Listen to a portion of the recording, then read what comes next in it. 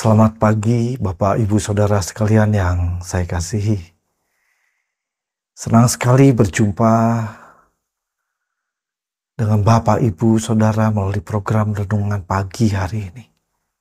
Saya yakin dan percaya Tuhan memberi kekuatan, memberikan kesehatan, kesempatan kita pada pagi hari ini untuk sama-sama membaca dan merenungkan kembali firman Tuhan. Mari kita berdoa. Tuhan Yesus yang baik, terima kasih. Kalau pada pagi hari ini kami boleh bangun dengan tubuh yang sehat, tidak kekurangan suatu apapun. Ada kesempatan baru yang Kau berikan buat kami menghadapi hari ini. Sebentar kami akan membaca dan merenungkan firman-Mu. Biarlah kami boleh mendengar dan melakukan firman-Mu Tuhan.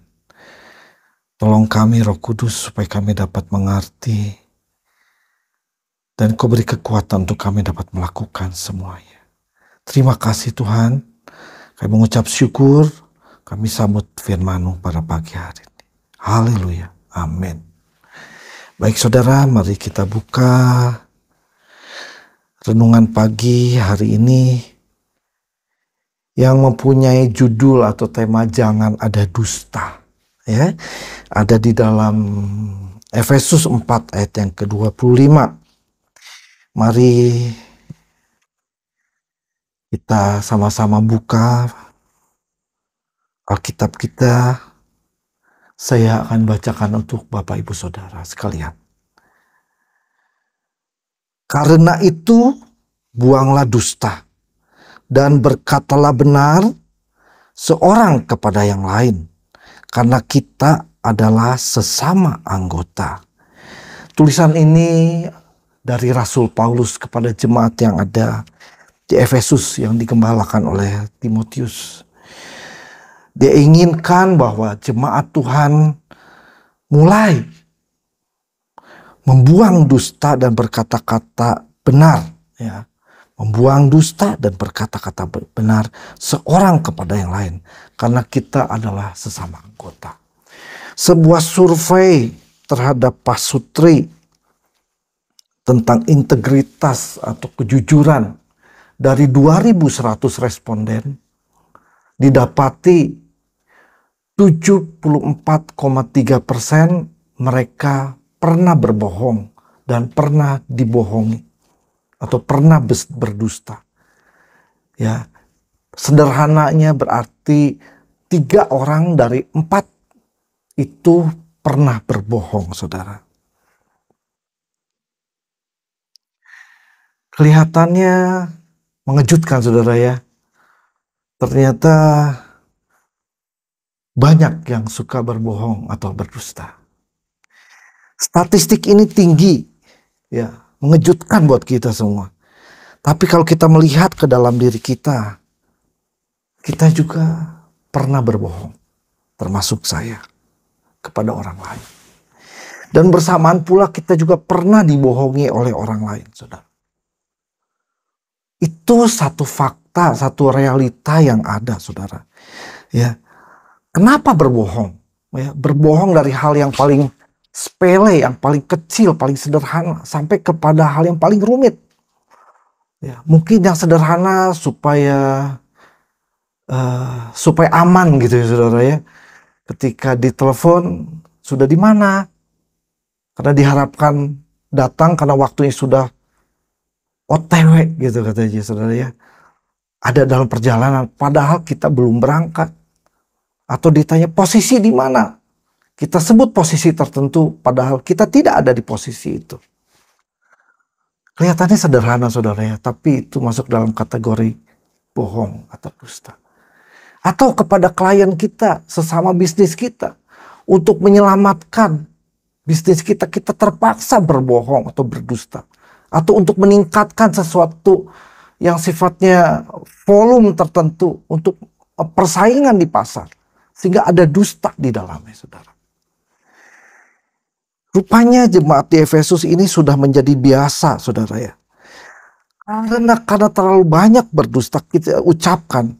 Sehingga ketika kita berbohong itu tanpa kita merencanakan, ya, tanpa kita berusaha untuk berdusta, kita berdusta, saudara.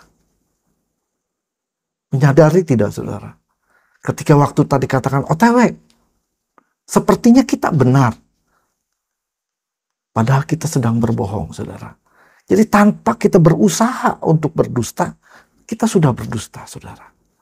Ini yang menjadi kebiasaan daripada jemaat Tuhan. Ya. Sebuah ironi, saudara, ketika dusta atau bohong itu kita sudah tahu, karena firman Tuhan katakan dusta itu, bohong itu dosa, saudara. Kita sudah tahu dosa, tapi kita melakukan, saudara. Mungkin kepada orang-orang yang terdekat kita bohong, akhirnya kita menoreh sakit hati ketika orang menyadari.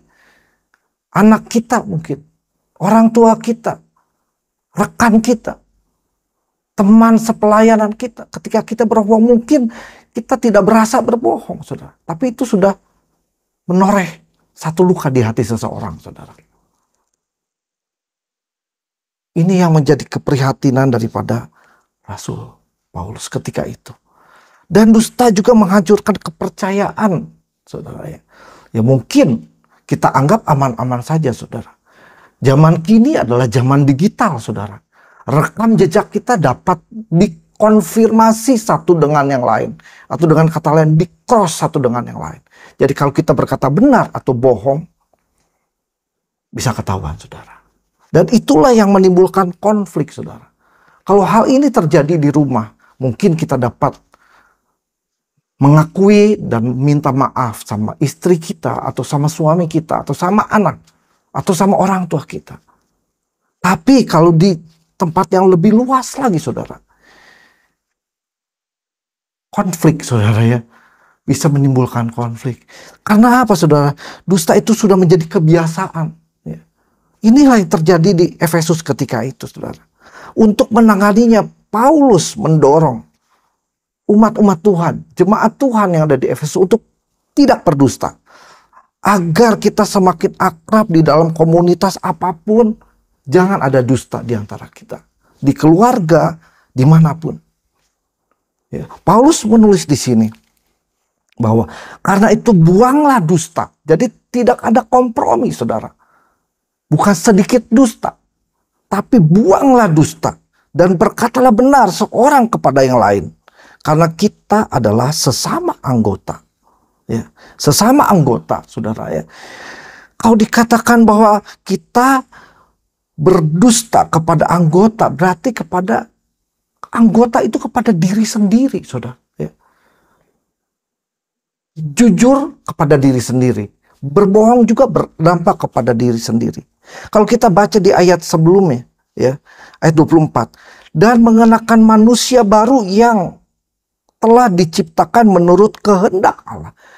Paulus inginkan mereka menggunakan manusia baru, makanya baju baru lagi. Bukan baju yang lama, sifat lama, kebiasaan lama yang biasa berdusta atau berbohong. Kenakanlah, dikatakan di sini, diciptakan menurut kehendak Allah dalam kebenaran. Dan bahkan penekannya dan kekudusan yang sesungguhnya. Mengenakan manusia baru, saudara. Belajar berkata benar, saudara. Ayat 2, mundur satu ayat lagi. Supaya kamu dibaharui di dalam roh dan pikiran.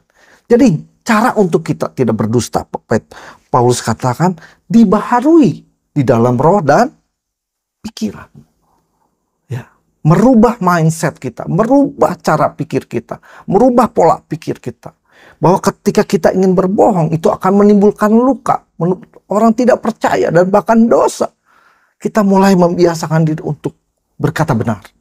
Ya, kalau dikatakan berkata benar kepada siapapun. Berkata benar, saudara. Ya, belajar untuk dengan pola pikir kita, mindset kita, bahwa kita harus berkata benar.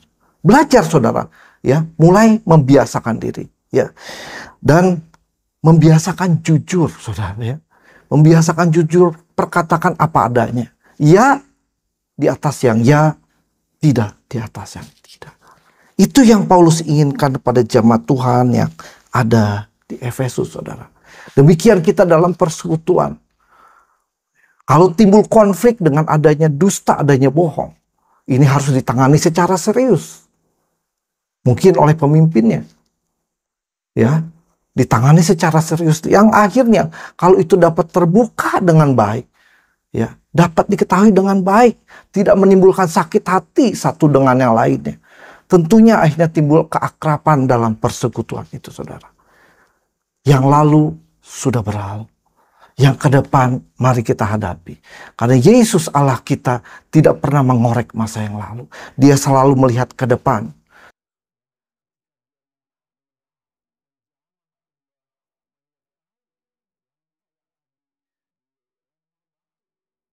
Dia tidak menghakimi, tidak bertanya tentang masa lalunya. Yang dia katakan, bertobatlah dan jangan lakukan lagi. Yesus kita, Tuhan kita tidak pernah mengorek masa lalu. Dia bukan intel, saudara ya. Dia senantiasa membawa kita ke masa depan. Ya, dia akan perkatakan, jangan lakukan di depan lagi. Bertobatlah, jangan lakukan lagi. Supaya apa, saudara? Supaya kita mulai hidup. Dikatakan di sini, tadi dikatakan dalam kebenaran dan kekudusan yang sungguh-sungguhnya.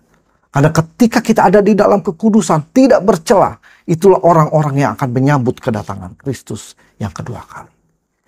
Demikianlah firman Tuhan, kiranya boleh memberkati kita semua. Mari kita berdoa. Tuhan Yesus, terima kasih untuk kebenaran firman-Mu. Kalau pada pagi hari ini firman-Mu sudah diluaskan untuk hati kami. Tolong hati kami Tuhan, kami belajar untuk jujur, berkata yang benar. Membuang manusia lama, kebiasaan yang lama. Merubah pikiran kami Tuhan, cara pikir kami, roh kami. Untuk senantiasa ada di dalam kekudusan. Tuhan sertai apapun menjadi kegiatan kami hari ini. Biarlah Roh Kudus senantiasa menerangkan kebenaran firman-Mu, sehingga kami boleh terus bertumbuh di dalam pengenalan kami akan Kristus, menjadi tubuh Kristus yang sempurna. Terima kasih Tuhan, kami mengucap syukur, dalam nama Yesus kami berdoa. Amin.